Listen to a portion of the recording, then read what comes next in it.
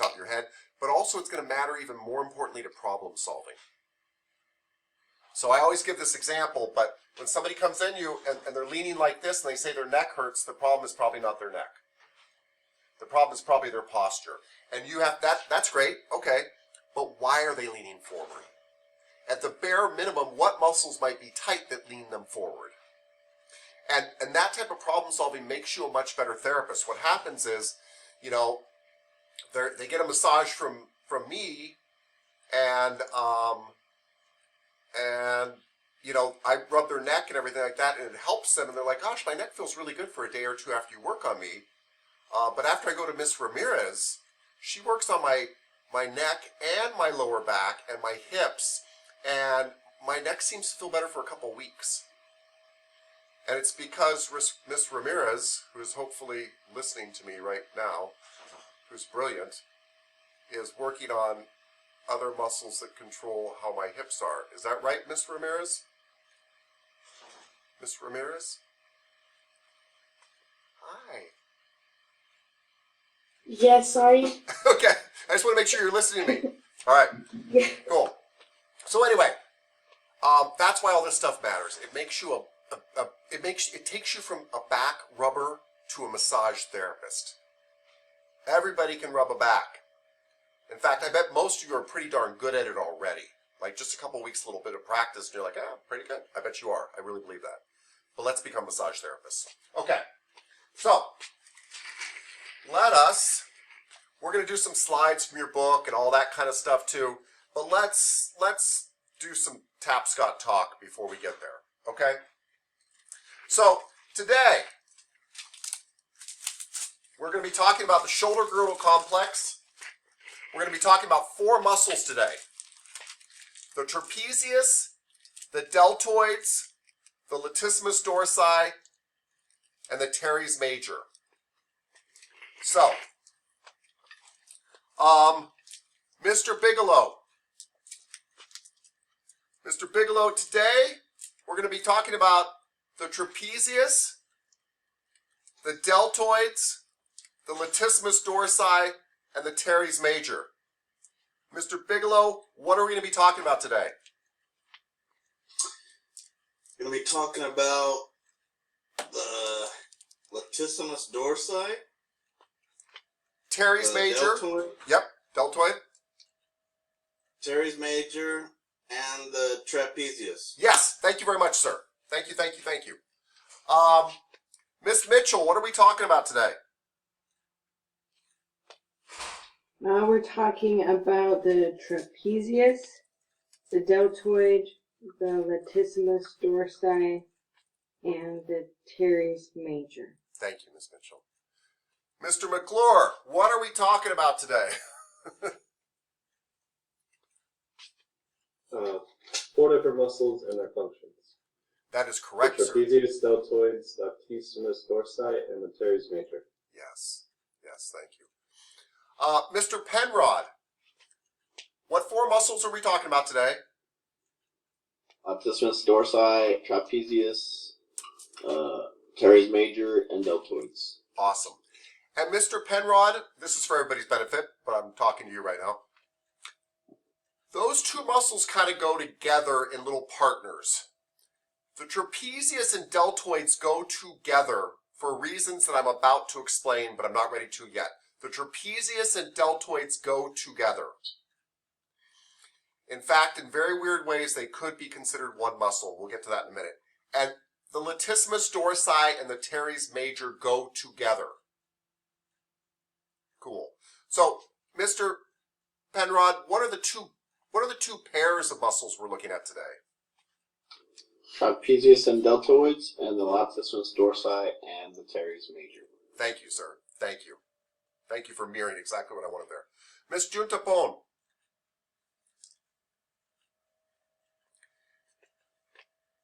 Yes. Yes. Can you say the 4 muscles we're working on today, or do you need help? It's okay to need help too. Deltoid, trapezius,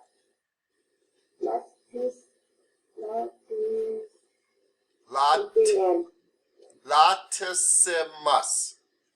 latissimus, Yes.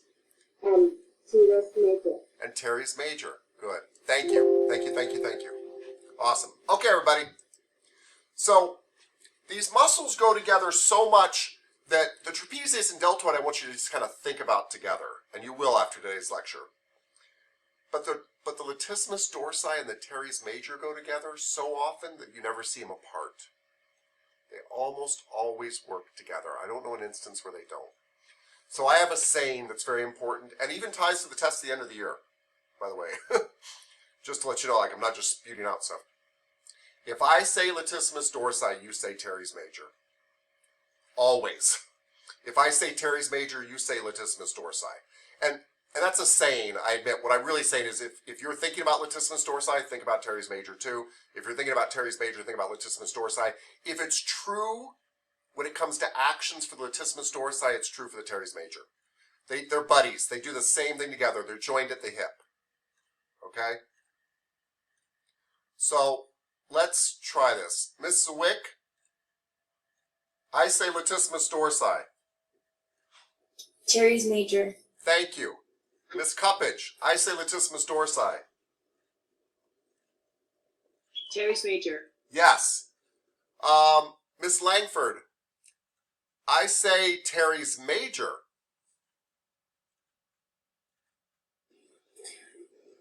You say latissimus, well, I say latissimus dorsi. Yes. Thank you, ma'am. Thank you, thank you. Perfect. That's all what I want to make. And I'm, by the way, doing this to help you guys group concepts together and help make life easier on you, I promise. Okay, good. And I'm going to explain why that all is. But from here on out, I mean it. I say latissimus dorsi, you say teres major, I say teres major, you say latissimus dorsi. Okay. So let's talk about muscles have to attach to bones to create movement. The bones are the levers, right? My biceps, very simply put, we'll get into more detail, grab onto my forearm here, or my antebrachial, and they literally pull it up. That's how I do a bicep curl, right? A muscle grabs onto a bone, that muscle shortens and pulls, and that's how I do every single movement. Everything I'm doing here. There's no situation where that's not true. So let's talk about very important bony places on the body that are going to matter to us when we start to talk about trapezius, the deltoids, the latissimus dorsi, and the teres major. Okay? All right. So, and we'll come back to tell you which muscle goes to which. These are spots, by the way, on the body that I think you should know regardless. They're spots that we use to help find out where things are. So,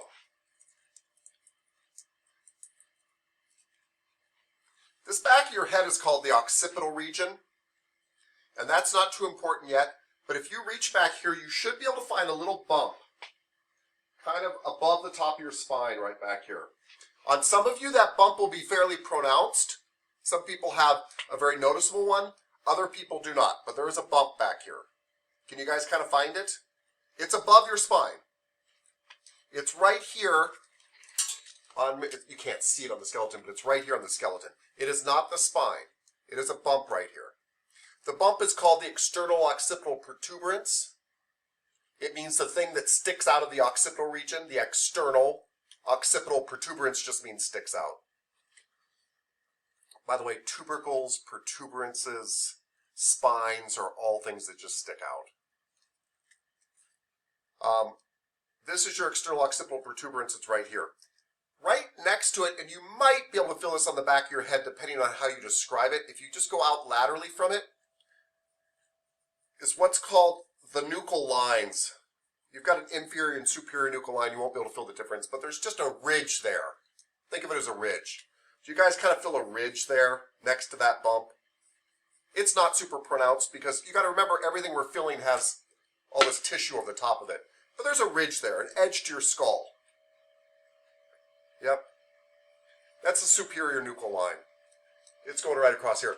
Lots of important muscles attach right here. Lots of important muscles attach right here.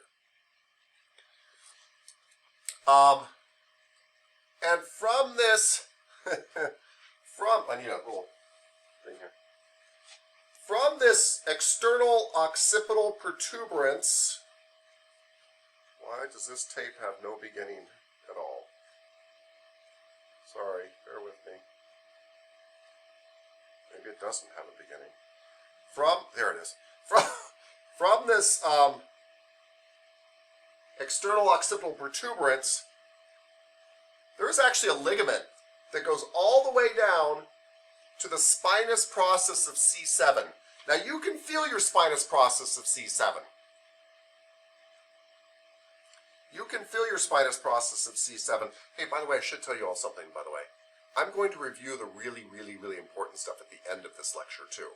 So I'm throwing a lot of stuff at you. It will all make sense. It really will. But I know that you're not going to walk away and remember external occipital protuberance today, and you don't need to.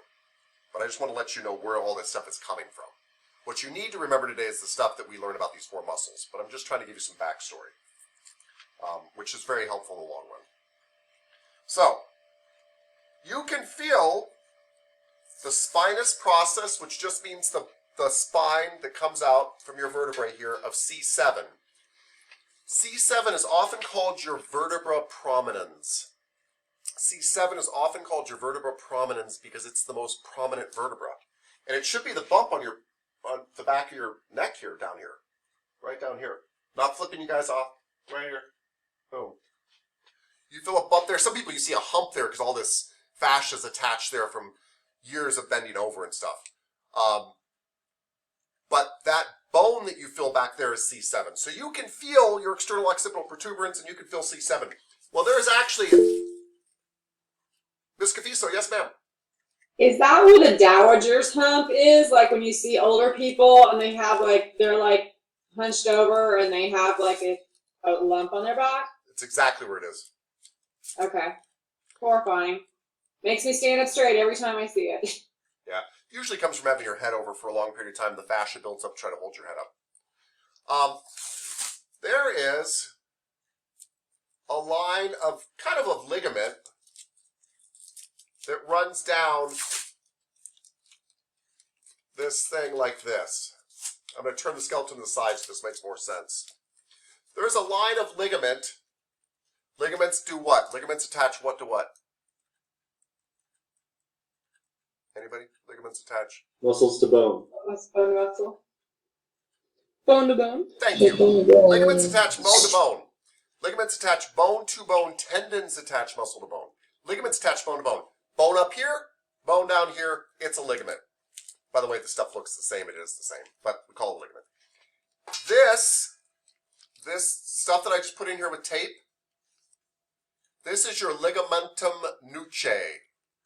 Remember, everything in anatomy sounds like a Harry Potter thing. Ligamentum nuchae. Boom, you're a toad. All right. It is a ligament back here. And it's a ligament that a lot of muscles attach to. That's why I'm telling you about it today. So it's important to know about this external occipital protuberance. Hi. You taking pictures? Oh, you can come in here if you need to. Okay. I love it. Thank you. So this is your ligamentum nuchae, external occipital protuberance, your vertebra prominens, C7, and believe it or not, the ligamentum nuchae actually touches all these vertebrae on the way down. So it provides a lot of neck support. Yeah. So, and Miss Smith is doing what I love, by the way. She's moving the parts I'm talking about. Thank you, Miss Smith. But what she's doing, by the way, horses basically can't do. You've seen horses, they're like this. They got a big head out here. Super hard to hold up a big head when you're galloping. A horse's ligamentum nuchae is so thick that a horse actually has to use its neck muscles in front to pull its neck down. Our ligamentum nuchae is not that strong. I can just let go of my neck muscles and that's my head relaxed. A horse's head relaxed is this. It actually has to pull against its own ligamentum nuchae to get its head down to drink water or something like that. That's why you even sometimes see horses kind of spread their legs to get their head down lower. They can't lower their head very well because the ligamentum nuchae is meant to hold it while it's running along. Right? Yours is meant to hold your head too. And it does get thicker if if your head's bent over a lot and things like that. But it's also a muscle attachment. for lots of muscles, not just today's muscles. I wouldn't waste your time telling you about something just for one little thing. These are important stuff. All right, so we're kind of learning about the back of a head. Ligamentum nuchae looks like a rope from here, but if you look at the side, it goes all the way into these vertebrae. Kind of supports all your neck muscles, all your cervical muscles. And it goes from your external occipital protuberance down to the spinous process of C7, and it touches all the spinous processes on the way. Boom. I mention it because sometimes they'll use it for a muscle attachment, and it makes more sense if you kind of recognize this is what it's grabbing onto. And then we got more spinous processes down here. Who can tell me what comes after or inferior to, if we're going down, inferior to C7? What's this next vertebrae called? T1. T1, good, that makes me happy. All right, so we got T1, T2, T3, T4, T5, T6, T7, T8, T9, T12. What's after T12? L1. L1, good. And those go down to L5, and then the sacrum. Down here, we've got something. Mr. McClure, yes, sir? How do you spell nuchae? Oh, gosh, don't ask me. It is, I'm sorry, I'm a terrible speller, and I'm not even going to lie to you. I think it is What's it? Nuchea. Yeah. Okay. Thank you. Yeah, thanks for nothing, huh? Sorry. Down here, in your lower back, you've actually got this giant sheet of fascia.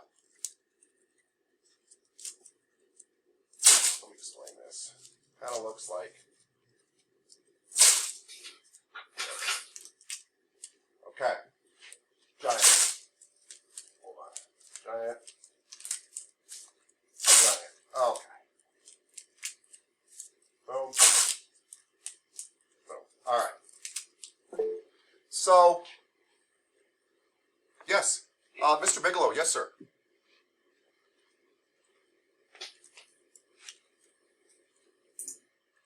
Mr. Bigelow? Yes, sir. I didn't have a question. Okay. All right.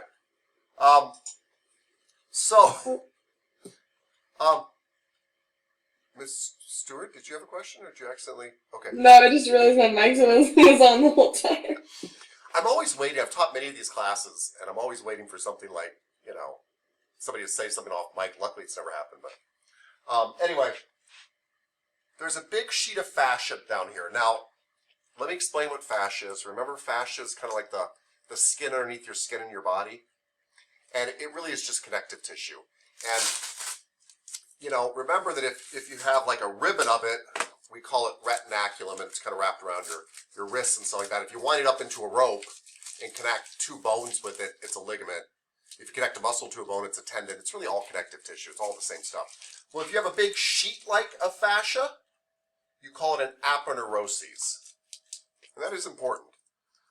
Aponeuroses are a big flat sheet like a fascia. And in your back, between your thoracic area, part of your thoracic area, along with your lumbar area, you have the thoracic, with lumbar aponeuroses, thoracolumbar aponeuroses. It's called the thoracolumbar aponeuroses. Again, you're going to hear about all that stuff again. So if you're starting to feel overwhelmed, don't worry. Don't worry. I just want you to know what stuff is, even if you forget the names. There's the gristle and meat that you get in your mouth and you can't chew it up. That's either a tendon, a ligament, or some aponeuroses. That's what it is. For my meat eaters out there, okay? How do you spell that? Like, what is, aponeuroses? What is that? Didn't we just go through this with Mr. McClure? I can't spell. It is, actually, I think it's THOROCOLUMBAR.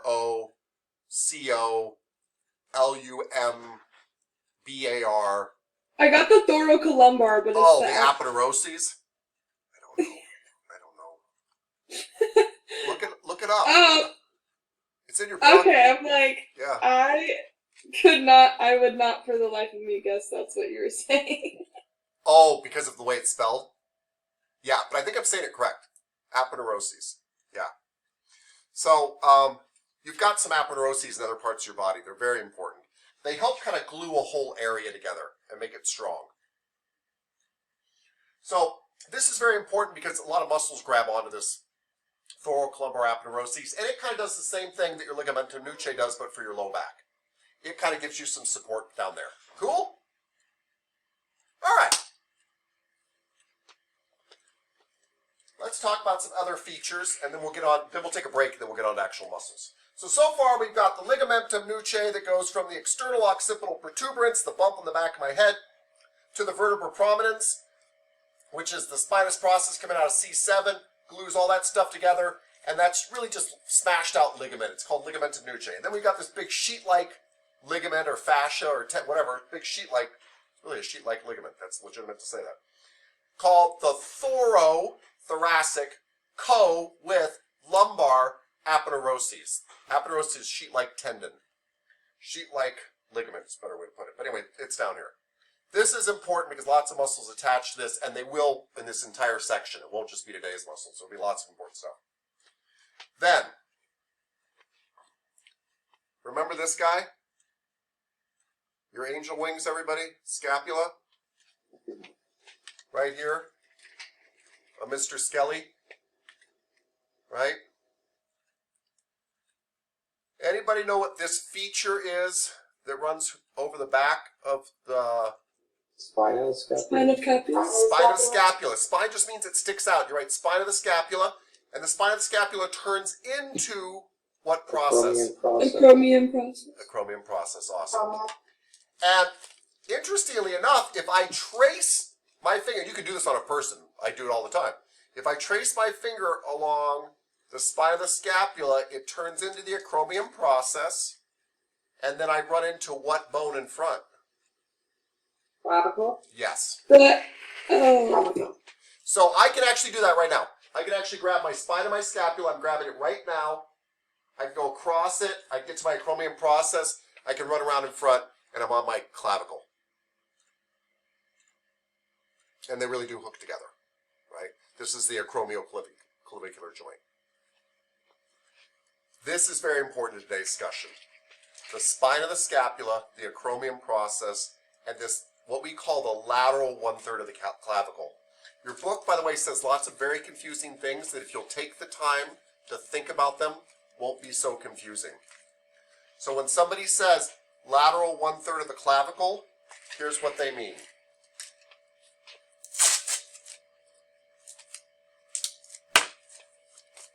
Here's my clavicle, kind of, right?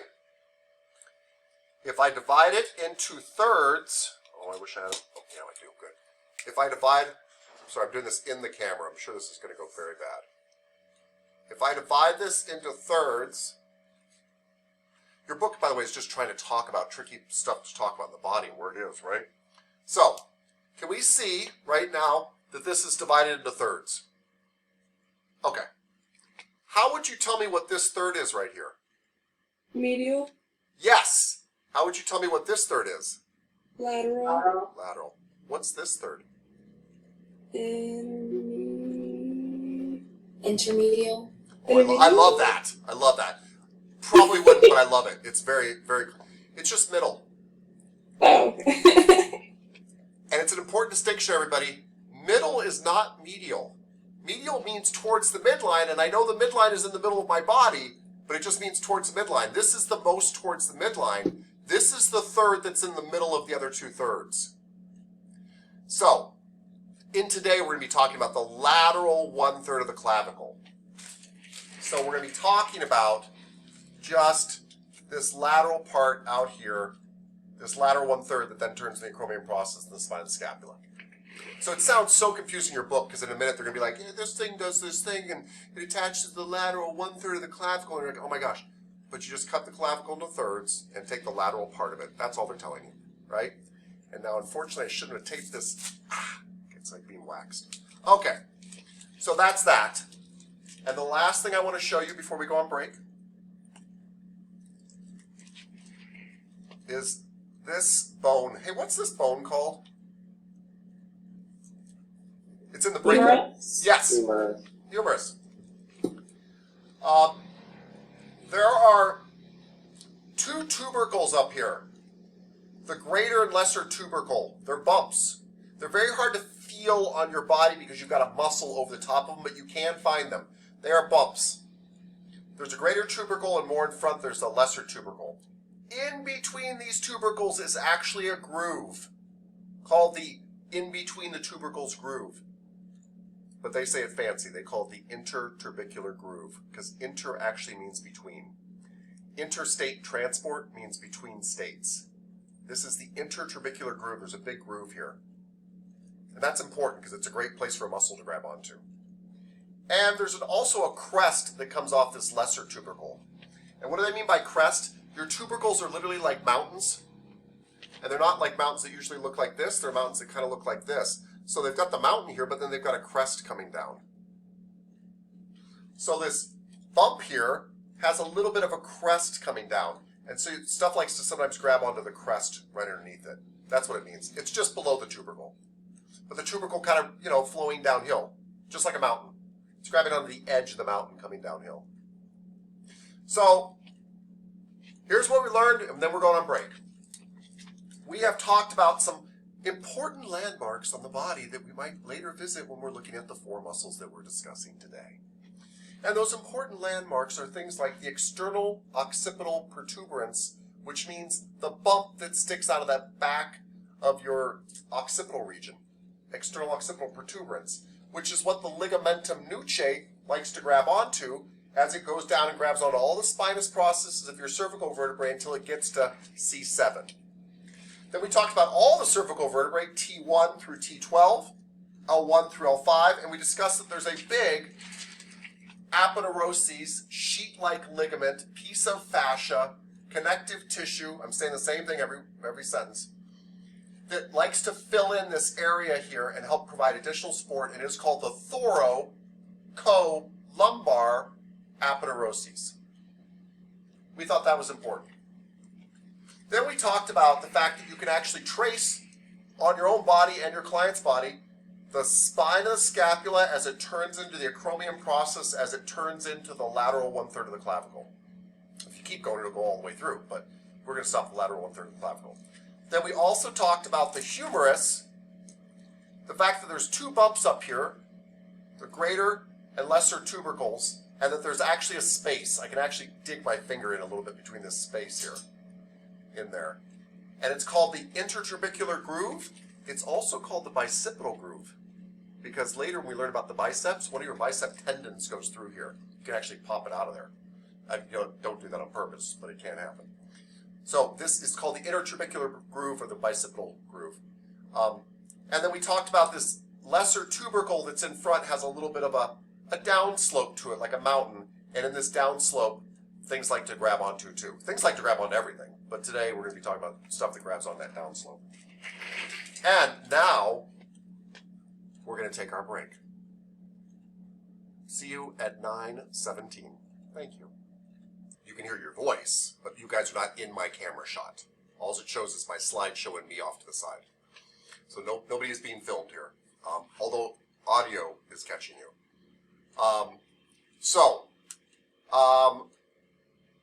Let's talk about the movements that can be performed at your shoulder girdle complex. I know your book says, hey, you've got 3 joints here, and they're right, by the way. In a way, you've got 4. You've got the sternoclavicular, the acromioclavicular, and you've got the glenohumeral joint, the small and socket, and really what they don't call a joint, but you've got the scapulothoracic joint. By the way, they just describe the scapulothoracic joint by describing what happens up here. I want to just talk about 2 joints today because they're really what's important. These guys up here are not that important. I mean, you don't want to break them or anything like that, but they're not what's holding all the weight. They're not what's doing all the work, all that kind of stuff. What really matters in shoulder movement is 2 things. How your scapula moves across your thoracic region, right? How this guy moves around, right? Cool. Well, hold on. Let me ask this question first. If this thing goes up, What kind of action is that, Miss Magruder? Soldiers. But it is possible that the true leader is give me a concealed minute. among them. Miss Magruder, do you have a movie on in the background? No matter what. Yeah, it's a show. It's I think it's flexion or extension. It's elevation. At least 2 more. Okay, that was my other option. Yeah. That's okay. Do you think it might be helpful to turn off the movie? I can turn it down. Got it. Okay. I don't know if there's other people with you or not. Yeah. I got you. Okay. So, elevation. Cool. So, what is this called, Mr. Bigelow, when I do this? Elevation. Thank you. Thank you. That's it. Thank you.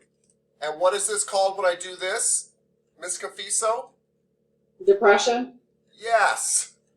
And what is it called when I do this, Miss Lopez Moreno? Elevation. Yes. And what is it called when I do this, Miss Cuppage? Depression. Yes. And what is it called when I do this, Mr. Arshakali? Elevation. Yes, sir. Thank you. And what is it called when I do this, Miss Flores? Depression. Yes. You guys have it. Thank you. So that's something it can do. It can go up and down, elevate and depress, right? It can also move closer to it can move almost all the way to your spine here. And when things move close to the midline, we are adding them back to the body. And this is called an adduction of the scapulothoracic joint, or the scapula. Adduction. This is called an abduction. It's getting further. Although, by the way, when it abducts, it kind of starts to go around your rib cage. But the fact is it gets farther from the midline. Yeah. So, what is this called, Mr. McClure? Adduction. Yes, I love the way Adduction. I like the way you said it. Adduction. The D is really important. What's this called, Mr. McClure? Adduction. Abduction. Right. And it really does, by the way, let me show you what it looks like on a person. Adduction looks like when we're getting ready to fight. What? Right? I'm pulling my scapulas all the way back. I have no idea why we do this, because it just leaves me exposed to get punched in the face. But still. All right. You want a piece of me? I'm adducting. My scapulars are way back right now. And here I am abducting. They're way forward. Way back, way forward, way back. Really doesn't have anything to do with my arm. My arm comes along for the ride.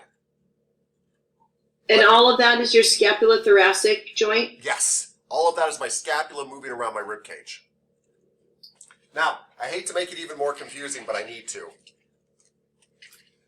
Some people don't use the term, well, everybody uses the term adduction of the scapula and abduction of the scapula, but some people also call this retraction to pull back the scapula and protraction to push out.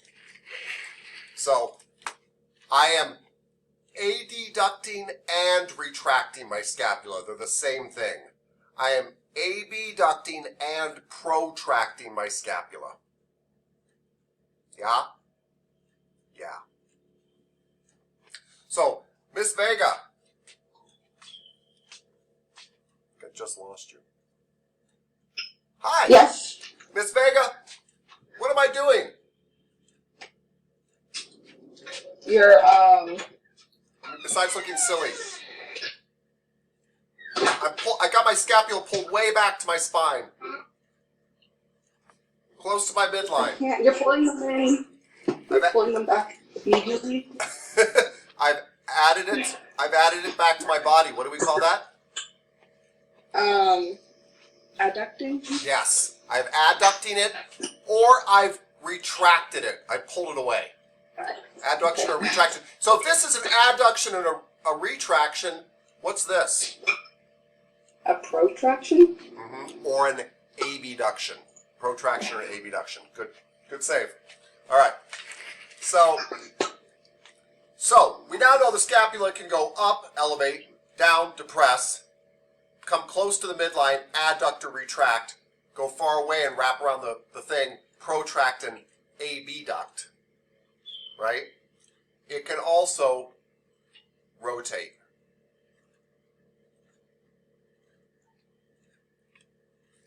So rotations are actually very hard to talk about.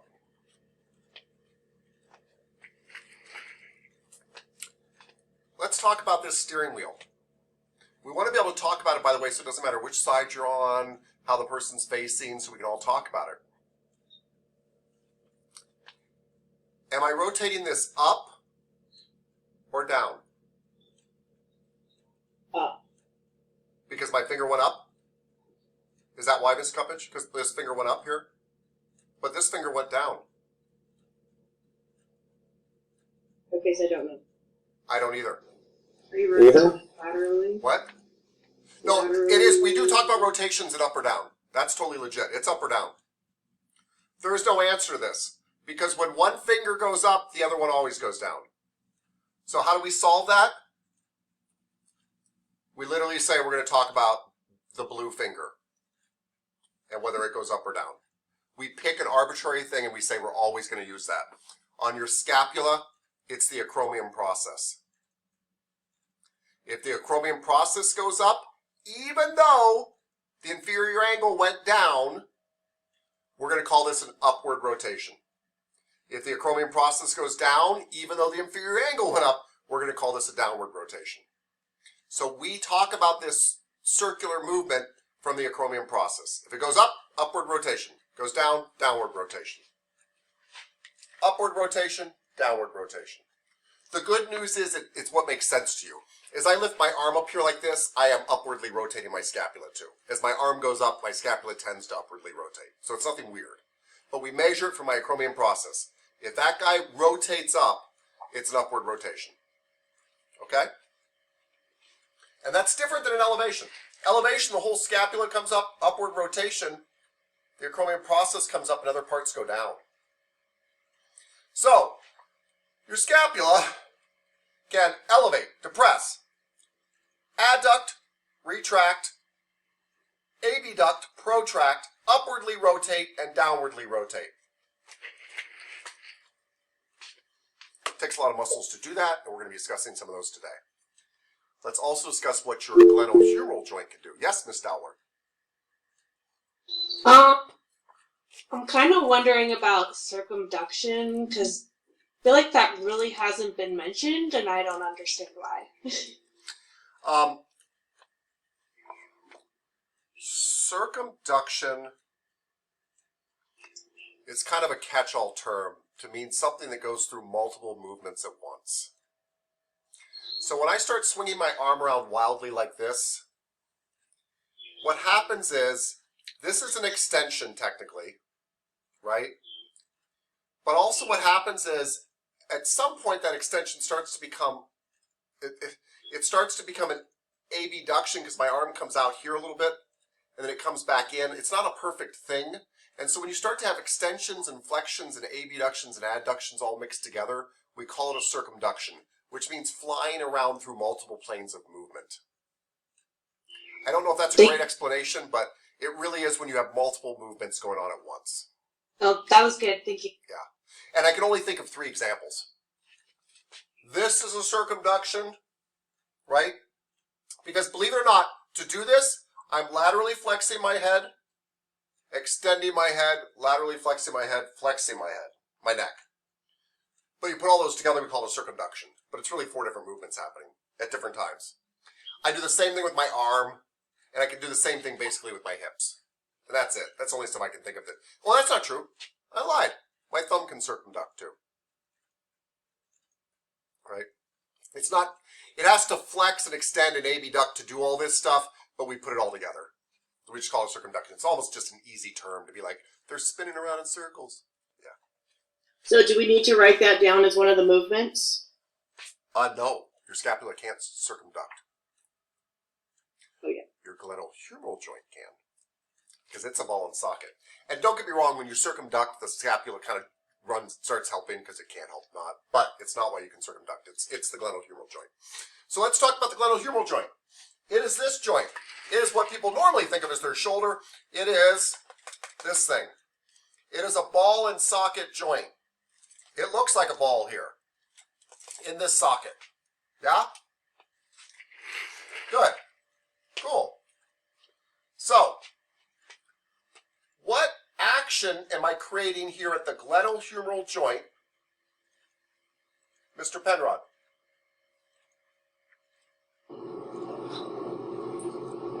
Is that one considered a flexion, or is flexion the behind? No, flexion's in front. Flexion starts with an F, front starts with an F, and it is a flexion. If it's moving towards the front, it's probably a flexion unless it's your knees. So, flexion. Nice.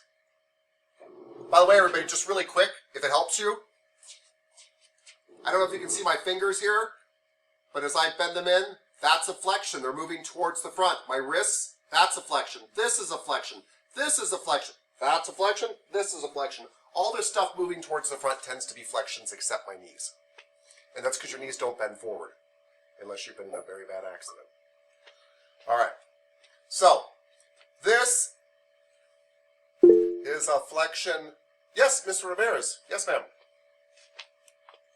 I mean, if you put your leg out forward, isn't that flexion? Yes, ma'am. Wouldn't it be flexion? It is, Okay. yeah. You're right. Okay. Yeah, sorry, I bent at the hip, that's a flexion, but this is a flexion too. Yeah. Yeah. Okay, because when you said like your knees. Oh, I'm sorry. What I meant was this. Miss Ramirez, the one exception is that's a flexion of my knee. And it's going back. Oh. Knees don't go forward on human beings. They do on some birds, but not on us. Yeah.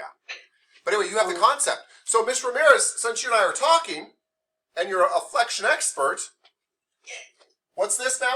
I just did it. What is? Yes. What's this?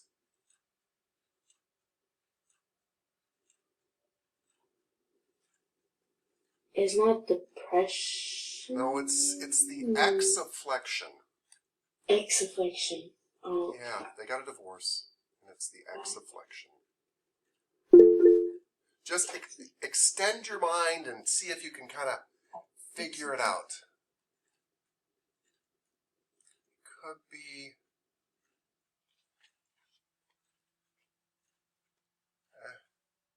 I'd love to give you an example. I think she thought What? you answered the question. Yeah, I thought you answered the question because I was like, No. This is a flexion, and this is a what? Extension. No, you just said it. Say the first one. Extension. Yes. So what's this? Flexion. Extension. Flexion. Extension. Flexion. Extension. It's in front. It's in front. Flexion. Flexion. Extend. Yeah, okay. Yeah, cool. Awesome. All right. So your glenohumeral joint can flex and it can extend. It can also, I only have my elbow bent to help you see my body. It can also do this or do that. Mr. Kachekian, I know you have a question, but I'm going to ask you a question first. Mr. Kachekian, what am I doing right now at my glenohumeral joint? Extending it? No, flexing it. Nope, it's rotating Oh. towards the midline. Adducting? No, sorry. Medial rotation. Medial rotation. Yeah, and if this is medial rotation, what's this? Lateral rotation. Yeah. By the way, this is medial rotation, this is lateral rotation too, but it's hard for you guys to see it. It's hard to tell if it's happening at my forearms or not. I want it to happen up here. So I bend my arm so you can see that my arm is rolling. Believe it or not, my elbow has nothing to do with this. It's just showing you that my arm is rolling. Medial rotation, lateral rotation. What was your question, sir? I had a question about abduction, abduction, and rotation. Like, flexion and extension, aren't they interchangeable? It sounds like. It would be true, but they happen in different planes. And let's just forget about planes for a second. Let me just talk to you in plain English. flexions happen in front and general extensions happen behind, but they always happen in front of you or behind you, even if you, whatever. That's where they, abductions and adductions tend to happen out to the sides. I see. They're supposed to be happening in what's called the frontal plane, but even if you don't remember that, they describe movement out to the side and back towards the center. Okay, So they okay. feel, I understand what you meant, like why can't you just, but they're talking about a different direction of movement. Okay, so it's about the direction of it. Okay, got it. Thank you so much. Flexion and extensions always happen anteriorly and posteriorly, forward and back. Even with the knee, they might switch, but they're always happening front and back. Abductions and adductions always happen to the side and back towards the middle, but, you know, out to the sides. Lateral, medial kind of movements, yeah. So, we've got Ms. Stewart. What am I doing now? Hey. Oh, you're immediately rotating your elbow or shoulder? Yes, my glenohumeral joint, yep. My elbows just come along for the ride. What am I doing now? Laterally rotating your shoulder. Beautiful. Okay, so the glenohumeral joint can do a flexion and an extension, a medial rotation, a lateral rotation. It can also do, what's this called, Miss Dowler? Abduction. Abduction and a adduction. Yeah. Okay. And remember this, everybody, because this is going to take us to why we're going to do the muscles right now. We really are going to get to muscles eventually. If you put your hand on your acromion process, I can only abduct to here. Some of you might be a little more flexible, might be able to get a little bit higher, but you can't get much higher than this. I don't care how cool you are, you can't get up past horizontal. If you are lifting your acromion process, and what's happening here? What two movements are occurring when I do this? Two movements are occurring when I do this. Who can tell me? Your scapula is upward rotating. Yes, and what's the other thing going on? You're abducting your shoulder. Yes, and what do we call my shoulder? Because you're doing so good. Glenohumeral joint. Yes, really well done, sir. So, as Mr. Penrod just educated us all here, I am abducting and my glenohumeral joint and then upwardly rotating my scapulothoracic joint. Now, normally we do these together. We don't tend to walk around and be like, teacher, I have a question. We go, teacher, I have a question. Right? And you might raise it in front. That's a whole other discussion. But my point is, we normally use them together because we have fluid movements. Okay. That's all the stuff that your scapula and your glenohumeral joint can do together. And when you put them together, you can get amazing stuff. You can add an abduction of the glenohumeral joint to an upward rotation of the scapulothoracic joint. And you can get your arm way up above your head. Okay. Let's talk about how we do some of that. We'll be spending the next couple of weeks on how we do some of that, but let's talk about today. Let's talk about the trapezius. The trapezius is a big, beautiful, diamond-shaped muscle in your upper back. Most people think of the trapezius as just this. This is the trapezius, but it's only part of it. The trapezius goes from the nuchal lines up here, this ridge on the back of your head, to the spine of the scapula, yeah, to the acromion process, to the lateral 1/3 of the clavicle.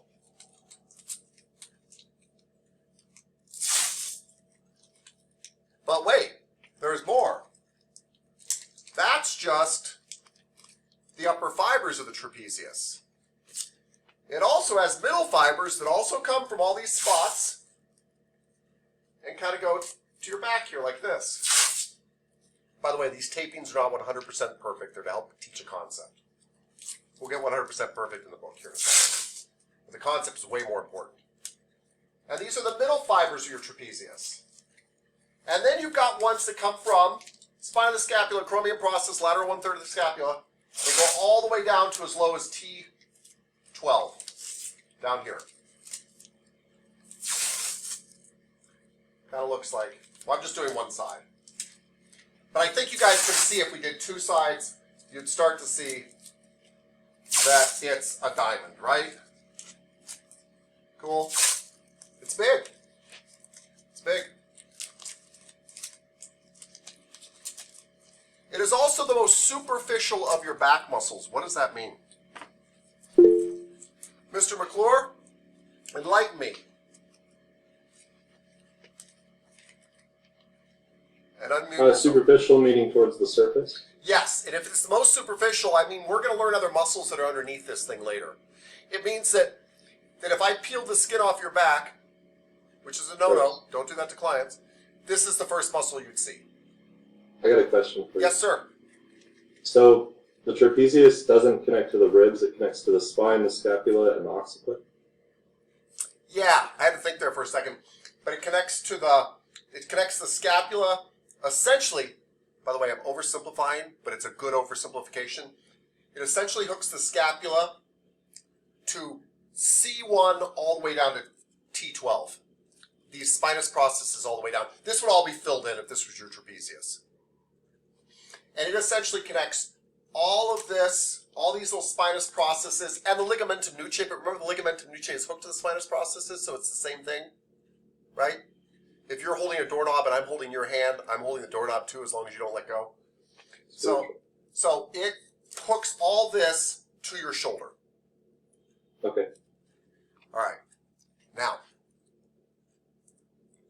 I don't memorize actions, and I hope you guys won't too, but I don't mind if you do. But there's a much easier thing to do. These muscles run in different directions, don't they? That means the trapezius actually has 3 different ways it can pull. You might as well think of it as 3 different muscles in some ways. Without even, I don't care if you look in your book, but why? Don't do that. What happens if these upper fibers pull together on both sides? What happens? Anybody? Miss Smith just did one thing that happens. Shoulders lift. Who said that too? Your shoulders shrug? Yes. Both Miss Smith and whoever said shoulders shrug before you, Miss Cuppage, I just didn't want to leave them out too. We're both right. Yes, thank you. So, and here's the tricky thing about actions, by the way, they're never really done by themselves. My body can hold my head still, so it doesn't go back, and then if this thing shortens, I shrug. But what if my body holds my shoulders still? Other muscles. Like I lock my shirt down, my shoulders can't come up, and my trapezius tries to shorten on both sides, my head goes back. So the upper fibers of the trapezius can create, what movement did you just do, Miss Smith? And what do we call that? Extension. Yeah. When it works bilaterally. Bilaterally means it's just like a bicycle. Just means both sides. Bilaterally means both sides. If both sides of the muscle are pulling on both sides, grab onto 2 sides of your hair back here and pull. Your head will go back. Right? So if it grabs onto both sides bilaterally, it can cause an extension of the neck or, as Ms. Cuppage was saying, an elevation of the shoulders. Now, if it works unilaterally, like a unicycle, one side, it could do all sorts of stuff. It could just elevate one shoulder. It also could do this, which we call a lateral flexion.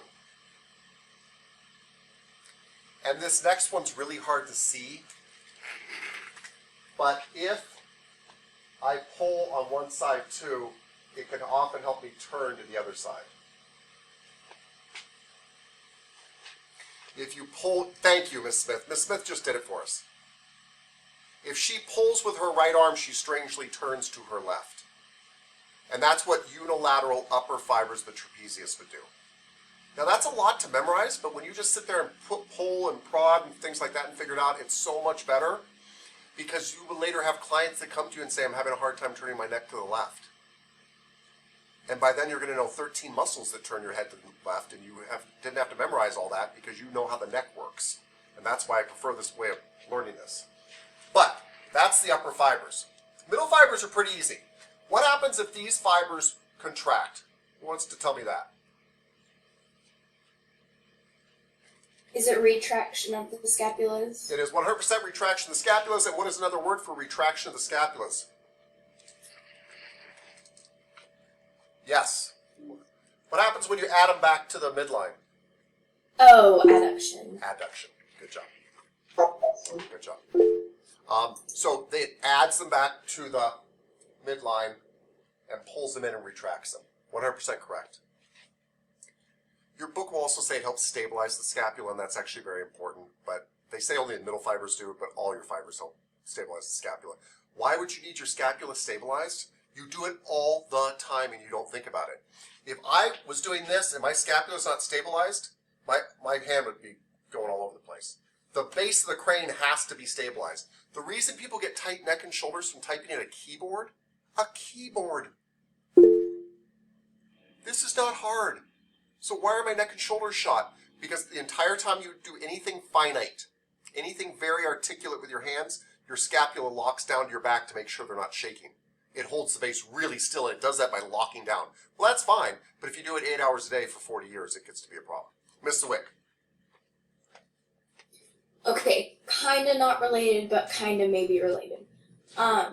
So, you know when people have strokes, they do that test with their arms, and one side's weaker than the other? Would that be because there's like less, the muscles aren't stabilized or something like that? Probably. I'm probably not exactly not stabilized, but probably the brain is unable to communicate with them to stabilize them. Okay.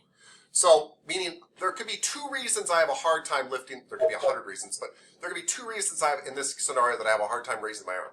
I could have this muscle could be atrophied and could be weak, right? It's just not as strong as the other one. But if it happened all of a sudden, it's because my brain can't get a signal to it. And either my brain's, because of a stroke, isn't communicating well with that side of my body, it's forgotten how to, or those nerves have been damaged. Okay. Right? So if the people at Estrella do their homework and we're noticing that people at Washington don't, maybe it's because I was able to successfully send a reminder email to Estrella, but I didn't have the email addresses anymore for the people at Washington. I had forgotten them. My database was damaged. And now I can't communicate with them. They could do homework just as well if you can tell them to. Right, so that muscle's still working. The problem is, unfortunately, the control center, or getting that wire to there. Yeah. Everything starts here, or ends here. Actually, everything starts and ends here, but that's a whole other discussion. Okay, so, trapezius, yeah? Then we've got these lower fibers.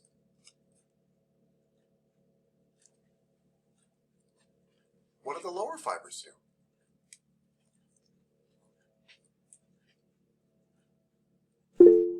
Yes, Miss Langford, please.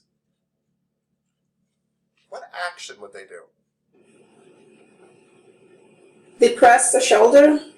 That is a very depressing answer, and it's 100% correct. Yeah, she's right. They depress the shoulders. Now, normally gravity just pulls my arms down. But if you guys have ever been in the gym and done dips, dips are meant to work your chest, I understand, and your triceps. That is what they work.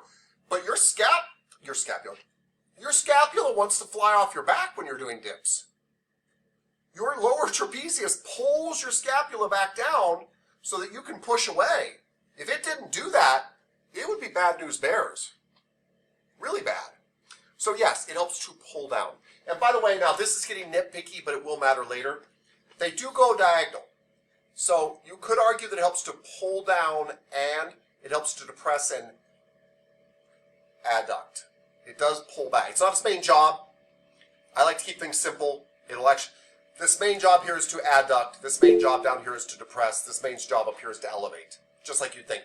But anytime something does go diagonal, you're not pulling straight down. You're pulling down and in. And that technically is a depression adduction. Miss the wig. Could it also do like lateral flexion of the spine, like that way or that way? Or is that a different set of muscles? No, it's definitely a different set of muscles. No, but it's one of those questions where I almost hesitate saying, by the way, it's 100% no, I'm so sorry, it's wrong. But I hesitate telling you no because your logic's right. You're right, it does, it's over here and it does look, it could help flex the spine if I held onto this person's shoulder. If my shoulder couldn't move and my trap started pulling me, it would pull my spine over to my shoulder instead of my shoulder over to my spine. So No, the bottom fiber. Oh. No. Okay. Yeah. So there's one other thing the traps can do, and this is kind of hard to see. Okay. But let's look at this thing here. Remember that there is a. Let's do this. Hold on, everybody. Bear with me. It's pretty important. Remember, the trapezius hooks to the spine of the scapula. So this is the lower fiber here. And there's upper fibers attached to the spine of the scapula as well. We're kind of out here. What happens if unilaterally, just one side, the upper fibers contract and the lower fibers contract? Same time. I can't get this to stick.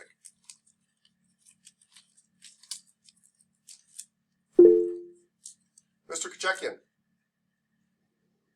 Would that be a dislocation? Hopefully not. It's an upward rotation. Oh, Because sorry, the upper fiber, don't be sorry, I loved it. The upper fibers are pulling this up, and the lower fibers are pulling that down. Remember our little steering wheel? Upper fibers are pulling this up and this down. And so your trapezius has a lot to do with an upper rotation. And two different fibers kick in. The upper fibers start lifting the outside of the shoulder up. The lower fibers start pulling the inside of the shoulder down. And that's actually how I get upward rotations. This cuppage, yes ma'am. Oh, so then how and what's being contracted when it's stabilizing? So to stabilize, let me back up and then I'll answer that question. I am talking about all this stuff, and your book is too, in the simplest of terms. What should be going through your guy's head is, well, how, like you told me that like a unilateral contraction of upper fibers could cause me to turn my neck, but it could also cause me to do a lateral flexion. Which one is it? And the answer to that is other muscles stop unwanted movements. That we're saying unfettered, unbothered, unwhatever. If this fiber pulled on the upper fiber on just one side, it would actually cause me to turn and flex my neck to the side. What your body does is come along and say, we're going to stop that turning with this other muscle over here, and so it can only flex to the side. Or we're going to stop the flexion to the side with a tight muscle here, so it can only turn. It's other muscles that stop the unwanted movements. So, Ms. Cuppage, when I want to stabilize, I usually have antagonists and agonists working together. So, if I want to hold, if I don't want my arm just loose here, I want to hold my elbow, stabilize my elbow, what do? We think this is somebody showing off their bicep, but it's actually somebody showing off their bicep and tricep. You'll see both flex. I mean, barely, but you'll see both flex. So, because what am I doing right now? I'm fighting myself on purpose, but what does it do? It stabilizes my elbow. So the trapezius alone doesn't just do that. What it does is it locks down the traps here, and there's some muscles in the chest that we're going to learn about soon that lock down in front, that are hooked to the traps, to the scapula. And so that's how you lock stuff down. You push and pull at the same time. Yeah. And you've all done it when you brace yourself for something, you know? You're holding front and back. Yeah, but it's how we flex. Miss Smith, yes ma'am.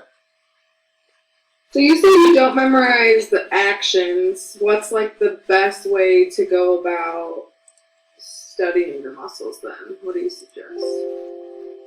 Memorize, visualize, find on your partner the origins and insertions. Okay. So the origin of this muscle is all these spinous processes. That was actually what's very neat about Mr. McClure's question, because he got me to kind of distill the really important stuff to remember. The really important stuff to remember about the trapezius is only this. It hooks basically C1 through C12 over to the scapula. Just that. Just knowing that is enough. And kind of remembering this visual. And then you're like, oh, well, the upper fibers there, they're hooked up here and they go to my scapula, so they're going to elevate it, and I could even see how they would upwardly rotate it. Oh, the lower fibers are going to depress. Oh, the ones in the middle, they're going to pull back. That's it. Literally. If you walked away with that's the real usable information. It hooks the scapula to your spine. But it does it in such a big area that it can lift it up the spine, down the spine, towards the spine. Yeah? That help? Okay, good. So, knowing origin insertions. And by the way, again, I don't care if you even switch them. The origin is usually the less movable part. So in this case, the origin is the spine. The scapula is the thing that moves. They call that the insertion. But I don't care. Because let me give you an example why I don't care. My scapula is moving towards my head. Now my head is moving towards my scapula. It was the same muscular contraction that did that. So, in a way, an elevation or an upward rotation is kind of the same as a lateral flexion if I'm floating around in space.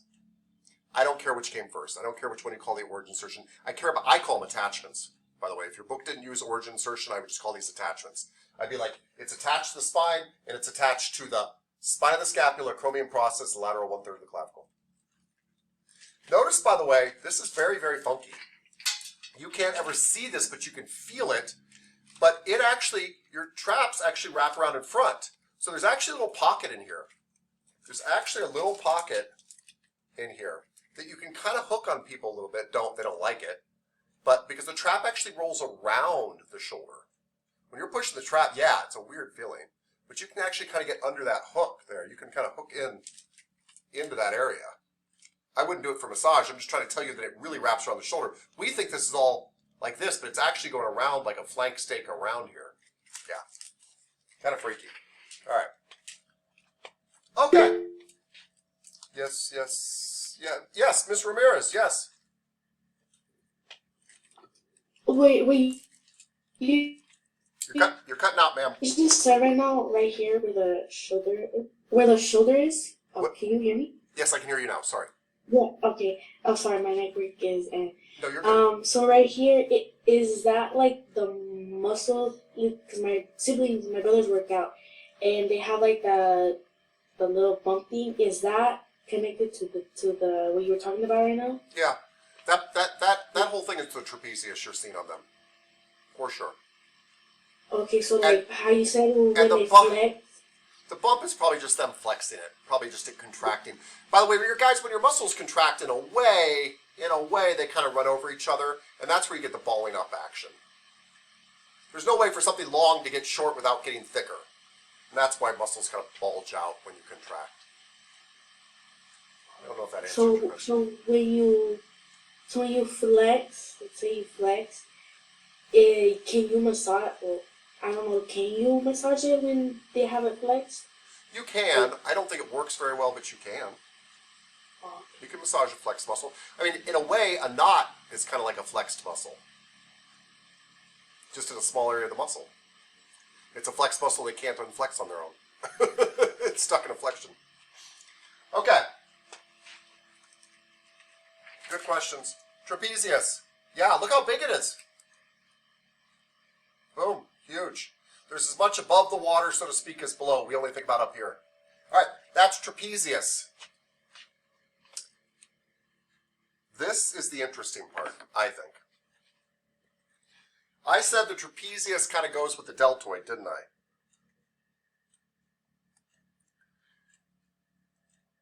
Yeah. Who can tell me, raise your hand, the insertions of the trapezius? Not the origin, but the insertions of the trapezius.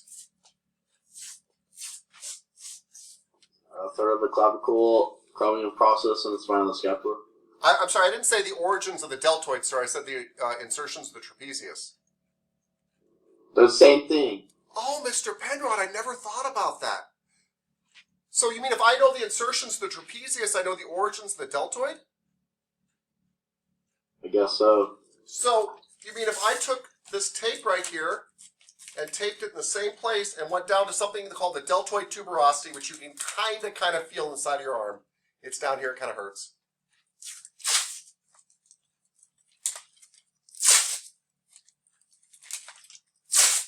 I'll show you this, hold on.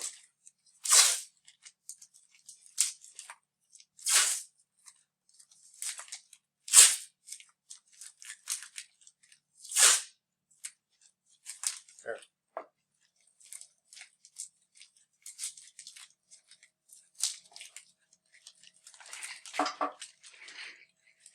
That's a deltoid. Now your book lies to you. I hope I have your attention. This book and every single muscular anatomy book, almost in the world, except for some fascial books that don't lie to you, lies to you. It's a good liar, by the way. You know, when you tell a really good lie, you want to make sure there's quite a bit of truth in there. You just leave out the important parts that'll help you shift the story in the direction you want.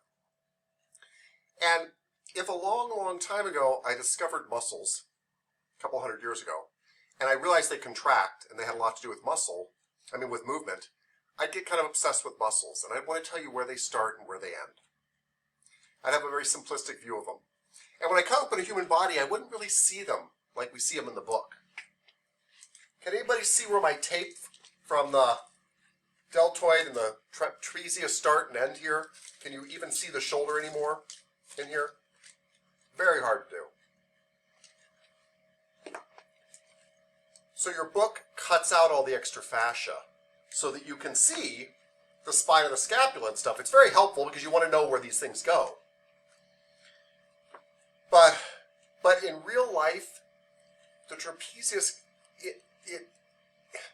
it becomes the deltoid in many ways. It really does. And if we cut somebody open, all my lectures, by the way, we are mutilating all sorts of people, so just be prepared because we have to. If you cut somebody open, you would actually have to scrape out all this stuff with a knife to kind of find the spine of the scapula again. It's there, but it's really hard to tell. So transitions in your body are actually much more smooth than they are in the anatomy books. But the anatomy books show everything separate. But it's not. Everything is fascially connected. Everything is fascially connected. You have to work really hard to cut the deltoids free from the trapezius. So, we've got 3 different fibers that make up the deltoids, by the way. We've got fibers in front. What's the word for front? Anterior. Yeah, that's it. Anterior. What's the word for in back? Posterior. Yes. And what's the word on the side here? What's between front and back? Lateral. Middle. Lateral works and middle works. Yeah. I think they call these middle fibers, but lateral actually works. So, we've got anterior fibers in front. What happens if these contract? What's going to happen? Flexion. Yes, flexion of the glenohumeral joint. What's going to happen if they contract it back? Extension. Yep. Rear fibers do extension. What happens if they contract on the side? Adduction. Yeah. Little trick for actions for you guys that works every time, basically. If you understand origin insertions. I have to be where I want something to go. If I'm a muscle, Tab's got some muscle now, and all I can do is pull, is there any way I can get that skeleton to go backwards? No. I can only pull it here. If I want to get it backwards, the only thing I can do is get a muscle behind it to pull. So muscles in front tend to pull in front. They're in front. They've got to grab in front and pull in front. Muscles on the outside tend to pull outside. Muscles on the inside tend to pull inside. That's where they have to be. I can't pull something unless I'm in front of it. Like, I can't pull this guy forward unless I'm in front. Yeah? Yeah. Okay. So the only other thing to remember is deltoids are a little bit tricky in the sense that they do run diagonal just like your traps. And so the front fibers really run like this. Let me show you really fast. Let me show you actually with something I'll show up on my uniform here. All right.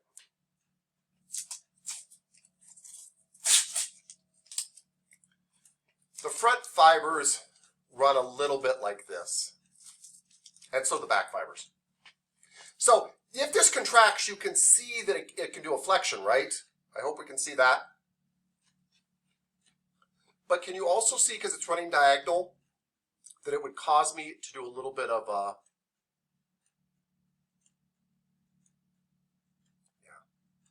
medial rotation. Yeah. In fact, when I'm doing a flexion, other stuff stops me from medially rotating. But so because it runs diagonal, it really does, anything that runs diagonal, it really does two things. It actually brings me in like this, right? Kind of medially rotates me and flexes me. You can choose which one to do depending on how you fire other muscles. But, so because it runs diagonal, it can medially rotate. Which means the posterior fibers can laterally rotate. Yay! Smile, pretend like you care. Cool. All right. And the other thing is, anybody know what we call this when my arms are already up and I bring them together? Boom. Boom. Horizontally rotate. Horizontally adduct. Adduct. Yeah, I'm bringing it back to midline, but I'm in a horizontal position. So this horizontal adduction, horizontal abduction. Do you think the front fibers could help with horizontal adduction? You better bet. And do you think the rear fibers could help with horizontal abduction? Yes. So this, by the way, is going to feel like a lot. You've never talked about muscles this way. But we're going to be talking about muscles this way for 8 months, and you'll start to be like, oh yeah, like they go here and here, then it's got to do this thing. This is the big dump on you to kind of try to get you to think about a whole lot of stuff. All right? So that was just deltoids and trapezius, but they're super important. And can somebody show me what would happen if my trapezius, the upper fibers of my trapezius, contracted at the same, I'm just sorry, let me back up a little bit. Unilaterally, talking about one side only. If unilaterally, the upper fibers of my trapezius contracted, while the lower fibers of my trapezius contracted, while the middle fibers of my deltoid contracted. Just raise your hand if you know. Thank you, Miss Smith. This. That is how I raise my arm out to the side. I realize most people raise their arm in front. Raise your arm in front is almost all deltoid. Just front deltoid kind of coming up here. Boom. Is that also like a military press? Like if you were, is that not? Yes. Yeah. Yeah. Military press. That's why military press works your shoulders. It actually works the middle, front, and rear fibers. Believe it or not, they all kind of join in, but mainly the middle. But they all join in to help you with a military press. The trapezius has help too, right? Upper fibers, right? And the lower fibers have to help that rotation. And what other muscle do you suppose, we haven't talked about it yet, but what other muscle do you think in your arm is helping you do a military press? Your tricep. Yes. Your tricep is helping you extend your arm so you can do your military press. That is personal training right there, basically. When I graduated massage school, I know you wouldn't know it looking at me now, but I used to be a personal trainer a long, fitter time ago. And I took my personal training test and aced it when I graduated massage school. It was all about actions. And I didn't study. I went in there, and people were failing right and left. And I was like, it's easy. How could you not know that exercise does this thing? Because I already knew where all that. And I did exactly what Ms. Cuppage just did right now. You had to be a massage therapist because it's your initials. Oh, I never thought about that. Are you kidding me? No, never. Oh, no way. I'm not a very smart person. Oh my gosh. MT. MT. I was meant to be a massage therapist. All right, awesome. All right, buddy, let's take a 10-minute break, and then MT will be back to teach you more about MT. 10:19.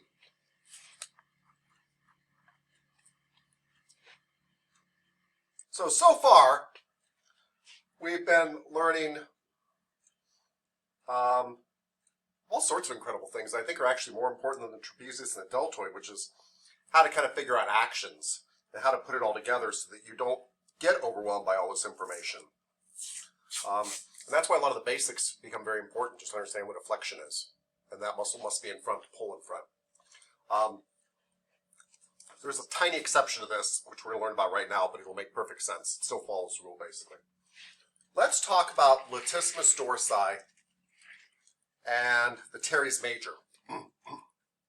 By the way, anytime I say latissimus dorsi, you say, thank you, thank you, thank you, teres major. And you're going to see why right now. There is a teres minor, by the way. Do not say teres minor when I say latissimus dorsi. Actually, if you want to know what to say when I say teres minor, you say infraspinatus, but we'll get to that soon. Teres major, the bigger one, goes with the bigger muscle. The latissimus dorsi, what does latissimus mean? Kind of like lateral. Dorsi, back. The lateral back muscle is the largest muscle arguably in your upper body. Largest muscle in your upper body. One of my personal favorites, by the way. Never seen anybody and thought their latissimus dorsi was too big, too well developed. Yeah, it's beautiful. It's that V shape. I would show you guys right now, kind of flare mine out, but I'll rip my shirt. But it's that V shape that comes out to the sides of your body. It's the wings there that come out. You see it in bodybuilders. You also see it in like rings. The ring guys in the gymnastics. Yes. It is your rowing muscle. Yes. It is your pull-up muscle. I'm going to oversimplify here, but it's going to help. Essentially, this muscle goes from your thoracolumbar aponeurosis underneath your arm to the front of your arm. That's important. So, hold on, I just ripped off my thoracolumbar aponeurosis, and that's always a problem. But there we go. It goes underneath my arm to the front of my arm. It comes up my back. Hold on one second. It comes up my back, goes underneath my armpit, my axillary region, and grabs on in front. This Cafiso. What is the first point you said you started the tape at? The thoracolumbar aponeurosis. This big sheet of tendon in your back. Okay.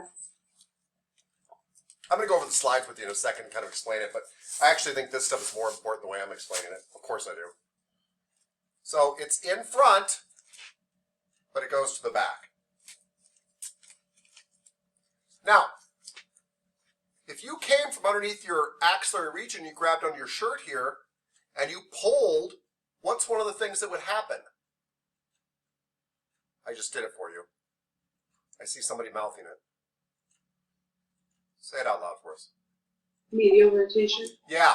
Have you guys ever seen bodybuilders when they flare their back and they do this? They're immediately rotating to flare out their lats. They're flexing their lats and their chest and all sorts of other stuff. But I'm talking about the lats right now. It comes under here. By the way, that's why it does a medial rotation, because it comes underneath and grabs this. More importantly, if my arm is way up high like this and this muscle pulls, what's it going to do?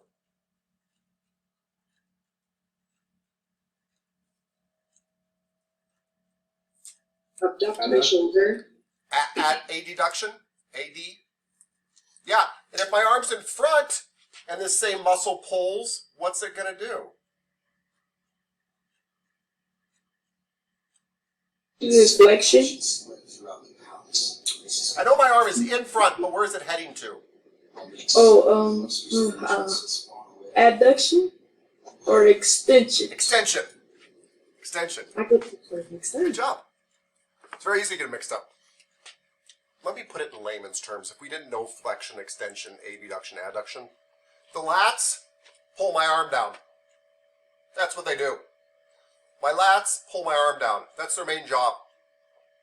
Right? So there are two ways to describe pulling my arm down. You can pull it down to the outside, which is an adduction, and you can pull it down from in front going towards the back, and that's an extension. But that's just fancy talk for pulling my arm down. So, what exercise am I doing right now? Lat pull downs. Yeah. So is this, right?